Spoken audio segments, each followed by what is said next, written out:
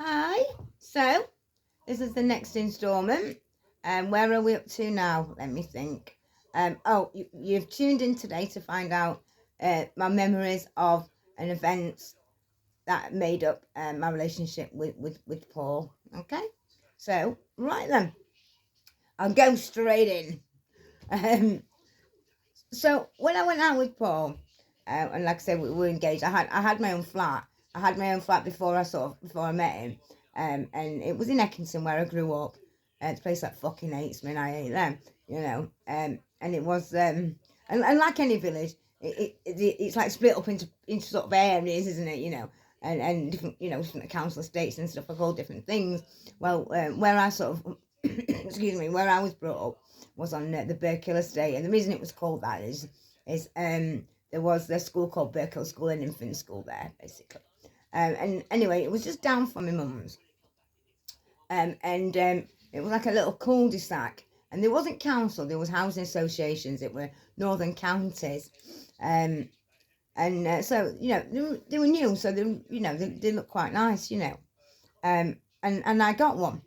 Now, the requirements, I think, you had to be on drugs, be on the dole, and have a criminal record, I believe. I mean, we used to call it Brown Town, because everybody was on heroin that lived on there. I mean, good God. So I had a flat on there, so obviously, as soon as we started going out with each other, I've always been a jumping, let's fucking fast forward it, I've got no patience kind of person. We moved in together anyway, we came to live with me. And as I said, we sold drugs. So the police used to come and pay us visits, They're fucking so inconsiderate, I'll tell you that now. They don't fucking knock. Wow, they come at stupid times in the morning. I mean, they come before you've even fucking had your fucking alarm clock's gone off. It's like fucking hellfire. They don't ring ahead and plan. Like fucking most visitors do. Fuck me. I mean, they've got one of them fucking great Shrek keys, haven't they? Them, it's like skeleton key, they get you through anything. Only they don't fit in the lock, do they? No, they have to just ram through it. And it depends on how quick they get through. It depends on how good your fucking door is, I mean, it came that fucking often. I thought about giving them a fucking key. But then I thought, fuck that, no. I'm not making your fuckers' lives easier. I'll tell you what. I'll put my door on other way around and have a 8 thick fucking steel door.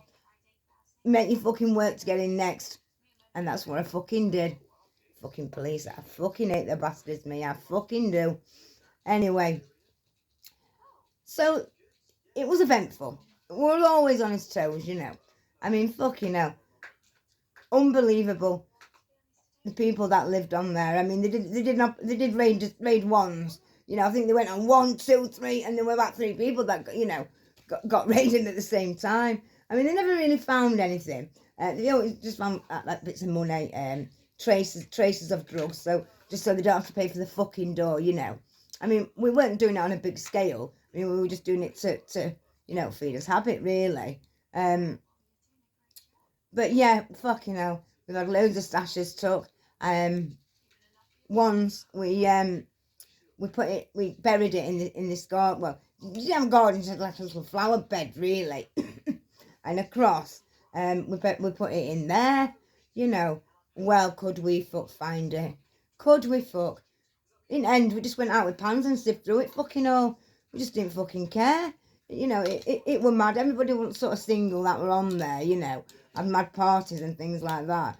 I mean, I once went to a party on there where they had like an Ibiza beach party, and they had loads of fucking sand dumped in the front garden, in the front room, Yes, it was definitely it was like the Bronx, It definitely lowered the tone for Eckington, let me tell you. Provided a great topic for about 2 years, I think that cul-de-sac did anyway. But yeah, I mean, it wasn't the cleverest of people, Paul. I must admit, he wasn't. I can remember once I came in to the kitchen and he stood there in front of this cooker. Now the cooker, normal cookers like everybody else. You know, you've got your knobs that go along. 4. There's 4. That's for the for the hob. Then there'll be one for if it's got a grill. Then mine had another one for the mini oven, and then the main oven. Now, there weren't no gas in these properties. It was like, just all electric, and it was like storage heaters. So I looked, I went, Paul, what are you doing? He's got the 7th knob turned on. I said, it don't work, that. He went, it says gas mark 7 on here. He'd only counted fucking knobs along. I mean, Christ almighty. Jesus fucking Christ. But we ended up sort of fizzling out, and we both sort of said we'd try and get off drugs. And he went back to live with his nana, and his nana brought him up. His mum had died. I think she died of a drug overdose, I believe. And his dad lived over in Germany. She was a nice little old lady. She'd